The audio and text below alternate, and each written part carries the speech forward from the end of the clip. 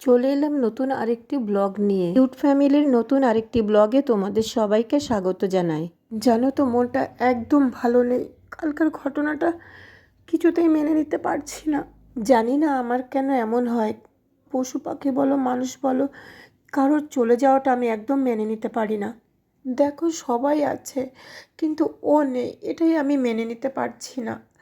আমি যদি ওকে কাউকে দিয়ে দিতাম তাও মনকে আমি বুঝ দিতে পারতাম যে না, ও কারোর কাছে আছে, ও খুব ভালো আছে। জানো তো, ওকে ছুটকি বলে ডাকতাম, যেহেতু ও সবার ছোট ছিল আর কলা খেতে ভীষণ ভালোবাসতো।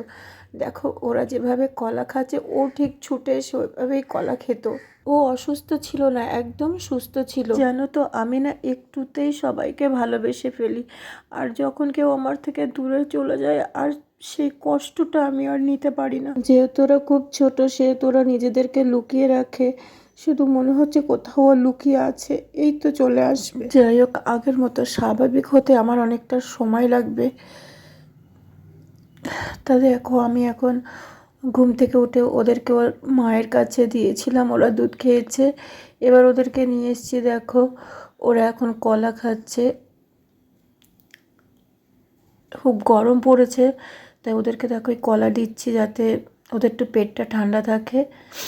ওরা খেয়ে নিয়েছে। দেখো, ওই গলু হচ্ছে, খাবে না, আর কারণ ওদের পেট ভরে গেছে, ওরা আর খেতে চাইছে না। দেখো, এদিকে ম্যাও খাবারের জন্য এদিক ওদিক খুব ছোটাছুটি করছিল। আমার কাছে বারবার আসছে, খাবার চাইছে, কিন্তু আমার একদমই ভালো লাগছে না। তা মাছ আজকে আনা হয়নি। তা কি করব, আমি দই নিয়ে এসেছিলাম একটু। দেখো, দই দিয়ে ভাত হয়নি, আর একটু মুড়ি দিয়ে মেখে দিয়েছিলাম, সকালে খেয়েছে। আবারও খাবার চাইছিল, তাই আমি একটু ভাত দিয়ে আর দই দিয়ে মেখে দিয়েছিলাম, কিন্তু ও খাবে না, আবার অন্য জায়গায় খাবার খুঁজতে গেছিলো। তারপর ওর একটা বেবিকে নিয়ে গেছিলাম, ওই বেবিটা একটু খেতে শিখেছে, কিন্তু ও ভাবছে ওর বেবিকে যদি অন্য কোনো বেড়াল এসে মেরে দেয়, তাই ও ভাতগুলো তাড়াতাড়ি খেয়ে নিল, নিয়ে বেবিটাকে মুখে করে নিয়ে চলে এলো। আর যে এক্সট্রা কলাটা ছিল, সেই কলাটা দেখো আমি একে একে সবাইকে খাইয়ে দেব। আমি প্রথমে টিঙ্গুকে খেতে দিলাম, আর প্রত্যেককেই আমি আটকে রেখেছি, কারণ ম্যাও এখন বেবিদের নিয়ে অর্ধেকটা ঘর আটকে রেখেছে, যেহেতু ওদেরকে ছাড়তে পারছি না।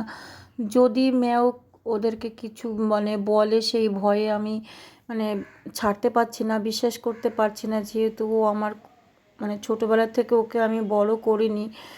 ও কেমন ধরনের সেটা বুঝতে একটু টাইম লাগছে। এবার দেখো, লাড্ডু গুড্ডুকে খেতে দেব। এরাও খুব কলা খেতে পছন্দ করে, মোটামুটি কলা খেতে সবাই পছন্দ করে। তারপর দেখো, শিউলি, ক্লোভার আর স্যানজিকে দিলাম। আর একটু সামান্য বাকি আছে, যেটা আমি মাম্মা বেবির জন্য রেখেছি, ওকে এখন দেখতে পাচ্ছি না। দেখো, আমি ঘরের মধ্যে একটা পাঁচিল তুলে দিয়েছি। একদিকে থাকবে ম্যাও আর ম্যাও এর বেবিরা, আর আরেকদিকে থাকবে মাম্মা বেবি, ক্লোভার আর ওদের বেবিরা। আর এইদিকে দেখো, আমি মাম্মা বেবিকে ডেকেছি, ও ছুটে এসেছে, বাকি কলাটা দিয়ে দিলাম। আর ম্যাও ছুটে এসেছিল, ওকে আবার আমি একটু বকা দিলাম যে যাও, তুমি তোমার দিকে চলে যাও। আজ তাহলে এতটুকু। ভিডিওটি ভালো লাগলে একটা লাইক, কমেন্ট, শেয়ার আর চ্যানেলটিকে সাবস্ক্রাইব করে দিও। আর ঈশ্বরের কাছে প্রার্থনা করি তোমরা যে যেখানে আছো ভালো থেকো, সুস্থ থেকো।